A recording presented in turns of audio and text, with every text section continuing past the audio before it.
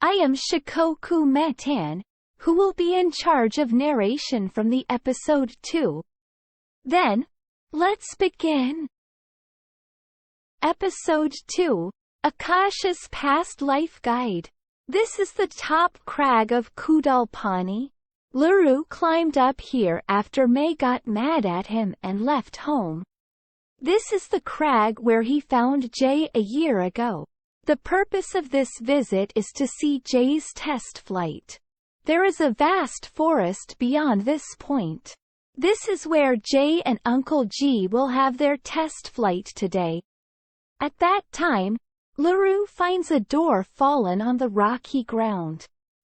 It was a cheap wooden door, and it was cracked.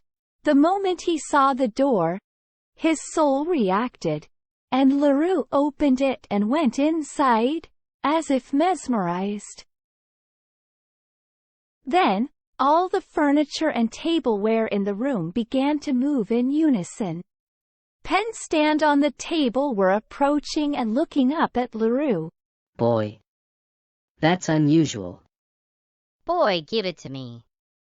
Laru is surprised to see a necklace around his neck in the mirror. When Miller tries to take Laru's necklace off, Penstan stops him. Hey, you. Will you go on your own? Yes. Because no guides are now. Okay, I go with you. With that, Mirror took the necklace and disappeared with Penstand into the wall of light. At that moment, the door opens, and a large rose comes in and falls to the floor. The rose looks up. The furniture in the room starts talking. Oh, flower. It's a rose. It's a big face. The rose looks at Laru. Hey, you. Laru points to himself. Yes, you, please pick up me. Yes. Laru picks up and Rose greets the staff of Akasha. The Rose speaks. Nice to meet you. I am Big Rose. I came from the flower garden Akasha. I look forward to working with you today. Big Rose looks around. Oh, Sir Picture is not here. A clock replies bluntly. Over there. Big Rose thanks the clock and looks at Laru. You, take me to that room. Laru takes Big Rose into the next room. In the room, there is a picture hanged on the wall by a string. It's drawn a sleeping face. Ah, I have met at last. This is my longing, Sir Picture. He is a legendary past life guide who has been helping humans with their difficult soul problems for thousands of years. I was invited by him to come here. Isn't it wonderful? Big Rose smiled at Laru with pride, and now looked at the staff in the next room. This Akasha staff seems to be in the shape of furniture, adapted to human civilization. Big Rose points to the door. But that door is in poor taste. To the humans, it is a special entrance to another world, an Akashic gate. Every Akasha is very particular about its entrances. Some gates are majestic, while others are made to look fantastic with fog. The placement of the doors is also strange. Every Akasha in the world has a prominent location. In Singapore, it is in a department store, and in Egypt, it is in a museum. Here it is on a cliff like that. Don't you think it's strange? Big Rose turns to Laru. I'm amazed you made it this far. It's amazing. Laru doesn't know what's going on, but answers anyway. Yes. At that moment, a light stand came into the room. She spoke. You must be Big Rose, right? Yes. Nice to meet you. I'm Floor Lamp. I'm glad to have a veteran here. Floor Lamp looks at Laru's face. Are you Big Rose's chaperone? No, not. You are human. From the back, A slender single-flower vase walks over and smiles at her. Floorlamp took the vase and held it out to LaRue. Please stick her in this vase.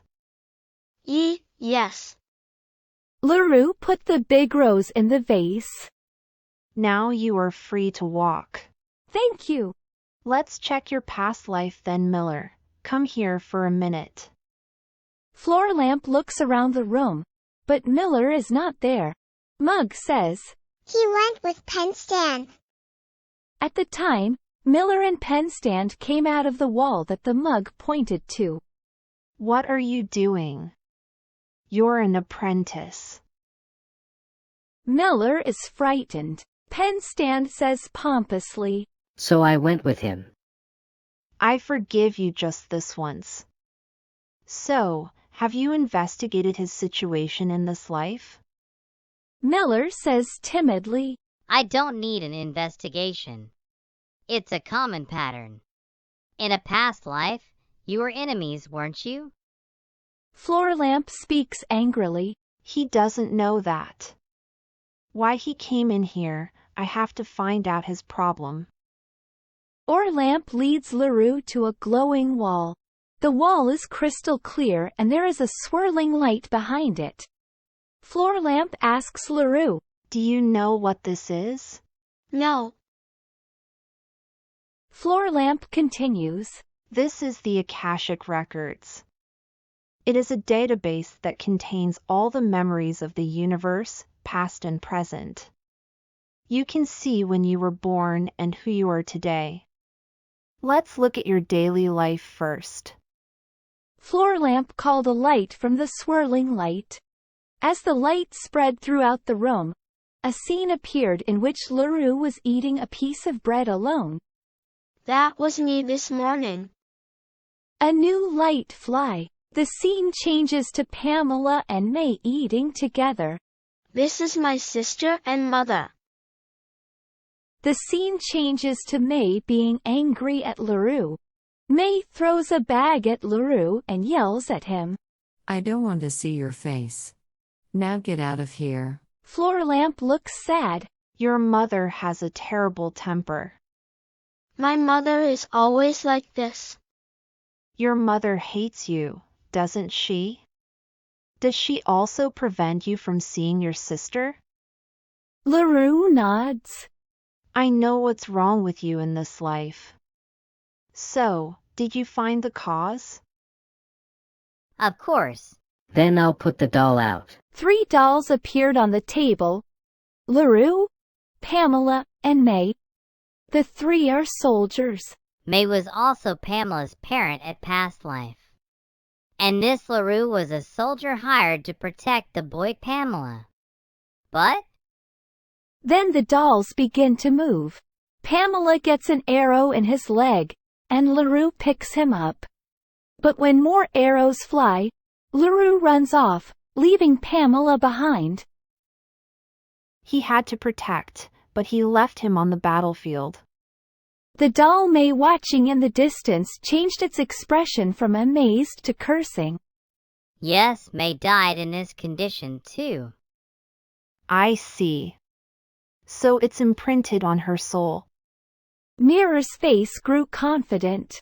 But you know, we have found a solution. A solution?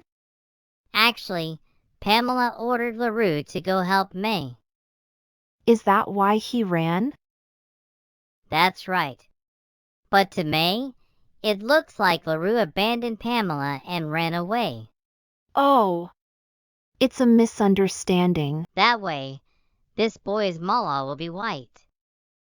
Then, LaRue asks. What is mala? Floorlamp is surprised. Don't you know that too? Do you know what past life is? No. Floorlamp hears this and glares at Mirror. At first, you had to teach him, right? Your job is to show Mala. Floorlamp holds Mirror and shows the necklace to LaRue. Mirror's role was to copy Mala. This is your Mala. I'll have to start by explaining past life. Floorlamp then moves the doll on the table. Before you were born in this life, you lived another life. That is your past life. When something bad happens in your past life, it leaves a scar on your soul. That scar will have a bad influence on your current life. Floor lamp touches Laru's necklace. This mala. Each stone is your past life. The black stone is your past life that has scarred your soul. Our mission is to go to this black past life and find the cause. When you return to your world, you will forget what happened here. But something will remain in your heart. Chairs and tables speak. Awareness. Intuition. Inspiration. Revelation. It heals the wounds in your soul and solves your problems. Then the black stone will turn white, just like this stone. Floor lamp touched the whitest stone in the Laru's mala. This stone is so beautiful. This must have been a very good life. Laru picks up its white stone. Then a forest is reflected in the wall of light. You used to be in this forest. At that moment, a shadow appears in the forest. The shadow in the light turns into a snail and jumps into Akasha. The giant snail bounces violently and crashes into the opposite wall. The staff panicked. What is it? Take this back to the past where came in. Penstand gathers his furniture staff and pushes the snail in front of the wall of light. Let's go. With that call, all the staff members got down. Laru, however, remained standing. Bookshelf, table, large furniture push the snail against the wall. With a violent crash, the wind blows. Laru is sent flying by the blast, breaking down the door and flying out. The blast subsides. The staff who had been lying down gradually look up. Big Rose has been blown to the corner of the room. She murmurs, "That snail is a junk soul." Episode 2 is over. Now, I, Shikoku Metan, am not a character in this story. I am a character, readily available to all, provided by VOICEVOX of Japan. This time, I am here simply as a voice actor. My real voice is this one. はい。四国メタン。